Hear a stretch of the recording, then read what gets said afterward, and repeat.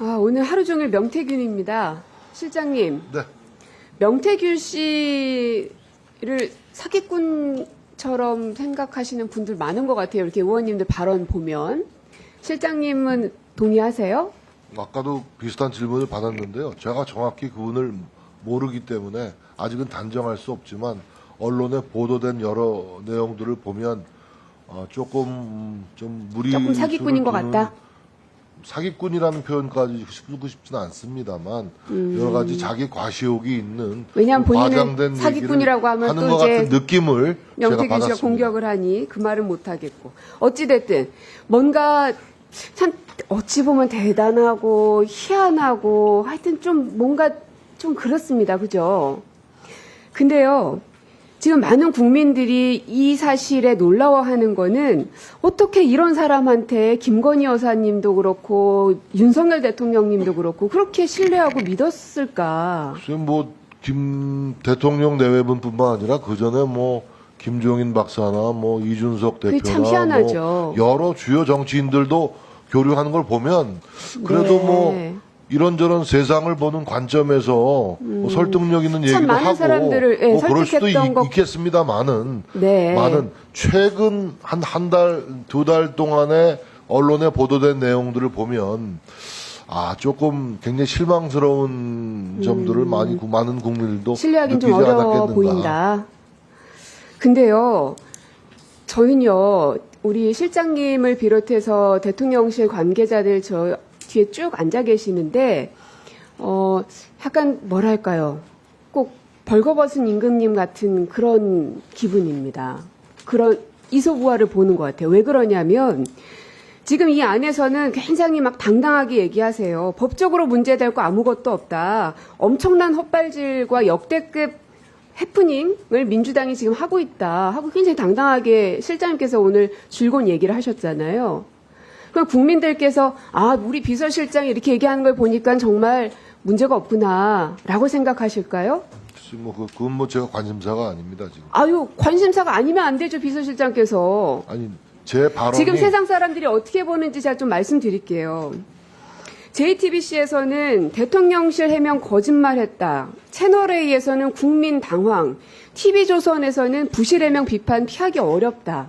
이렇게 지금 보도가 쏟아지고 있고요. 아직 다 확인 못하셨을 것 같아서 제가 읊어드리는 겁니다. 그리고 홍준표 시장께서는 뭐라 그랬냐. 탄핵 전야의 데자뷰를 보는 것 같다. 그러면서 비서실 전면 쇄신해야 한다라는 조언을 하셨거든요. 동의하십니까? 저는 자리에 연연하는 사람이 아니기 때문에. 그렇죠. 자리에 연연하지 않기 인사권자인 때문에. 대통령님의 판단과 결정에 맡기고 있습니다. 대통령님이 이 정도까지 어려워졌으면 실장님께서 먼저 나서셔야 되는 거 아닌가요? 제 사퇴를 전면 얘기하신 쇄신에 건가요? 대해서. 예. 글쎄요. 이 상황에서 웃음을 짓는 거는 좀 이상합니다. 오히려 되게 무겁게 받으셔야 되는 거 아니에요? 지금 저한테 사퇴를 요구하신 거 아닙니까? 사퇴를 요구한 게 아닙니다.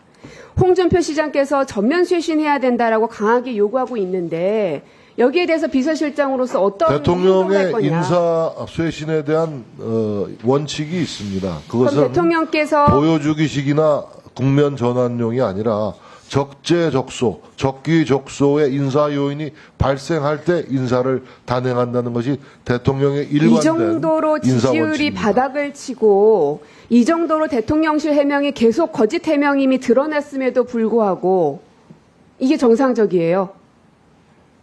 거짓 해명을 한 적 자, 없고요. 봅시다. 또 유승민 전 의원은 뭐라 그랬냐. 윤석열 대통령 부부 국민 앞에 나와 잘못 참여하고 사과해야 한다. 이것도 동의하셔요? 동의 못하겠습니까? 유승민 의원 얘기요? 네. 글쎄요. 저는 무슨 얘기인지 잘 모르겠습니다.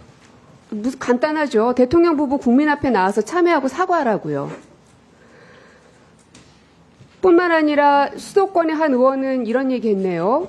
담화문이든 대국민 성명이든 발표해야 한다. 이젠 대통령께서 직접 설명해야 한다. 이런 말씀도 그런 하셨어요. 기회가 있으실 걸로 전망됩니다.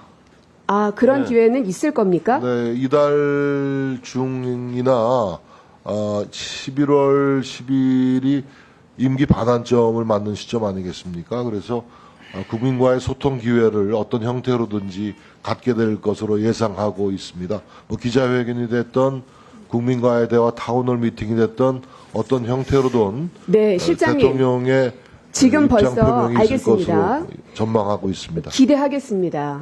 근데 임기 반환점 말씀하셨는데요. 와, 어떠세요? 이제 절반밖에 안 왔나 싶으세요? 아직도 반이나 남았나 싶으세요? 네, 뭐 국민들의 마음은요. 그러니까 임기 절반 동안 너무나 힘들어 하신다는 건 알고 계십니까? 뭐 정치권 전체를 바라보는 국민 마음이 엇비슷할 것으로 봅니다. 네. 그래요. 그러면 대통령께서 대국민 발표가 혹은 뭐 국민과의 대화든 어떤 형식이든 있을 거라고 말씀하셨으니 기대하겠습니다. 또 이게 다 지금 국민의힘 쪽 의원님들의 말이에요. 정권도 보수도 괴멸 위기에 들어섰다. 뭐 이런 말씀하신 분도 계시네요. 이것도 뭐 동의 못 하시겠죠? 자, 국민의힘 고위 관계자 발언입니다. 방어할 테니까 정모를 알려달라 하고 용산에게 요청을 했는데 용산이 아무 반응이 없었다. 사실입니까? 다시 한번 말씀해 주시겠습니다. 방어를 할 테니 이 사건에 대해서 방어를 하려면 알아야 되잖아요. 국민의힘 의원들께서. 그래서 전모를 좀 알려달라고 요청을 했는데 용산은 아무 반응이 없었다. 지금 기사로 이렇게 확인이 됐어요. 뭐 저는 뭐 그런 요청을 받아본 적이 그러면 없습니다. 국민의힘 당대표를 비롯해서 지도부에게 이 사건 전모에 대해서 자세하게 설명드린 적 있습니까? 대통령실이?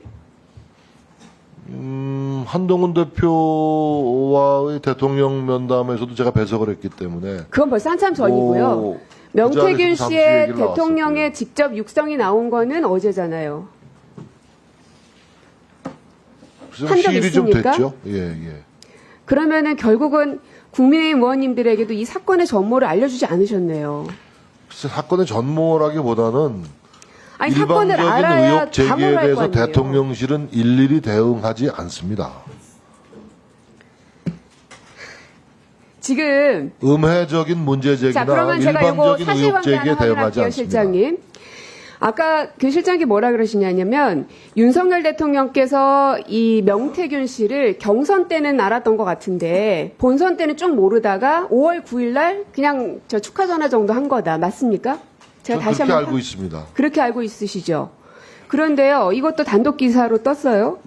대선 기간에 아침마다 윤석열 대통령과 전화를 했다라고 명태균 씨 부인이 답변을 해줬네요. 혹시 대통령께서 비서실장을 비롯한 대통령실에 거짓 해명은 계속 하고 계신 거 아니에요? 그렇지 않습니다. 근데 어떻게 하는 것마다 다 거짓말인 게 곧 드러납니까? 제가 내용을 파악하는 루트가 대통령만 있는 건 아니고요. 대통령만 있어야죠. 대통령이 전화했는데 그럼 누구한테 확인한 거예요? 뭐 일일이 제가 누구에게 그 내용을 파악했다는 걸 말씀드리기는 좀 적절치 않습니다. 아니 명태균과 대통령이 전화통화 했냐고 물어본 건데 제가 대통령한테만 확인하는 건 아닙니다라고 하셔서 제가 묻는 겁니다. 그럼 누구한테 확인하신 겁니까? 아니 뭐 대통령으로부터 확인된 다른 어떤 제3자도 있을 수 있고 여러 사람들이 있을 수 있겠죠. 그거야. 대통령한테 직접 못 물어보세요? 아니 물어보는 내용도 있고 물어보지 않은 내용도 있겠죠. 제가 어떻게 모든 것을 파악할 수는 없겠죠. 제가 아는 범위 내에서 성의껏 답변을 드린 겁니다.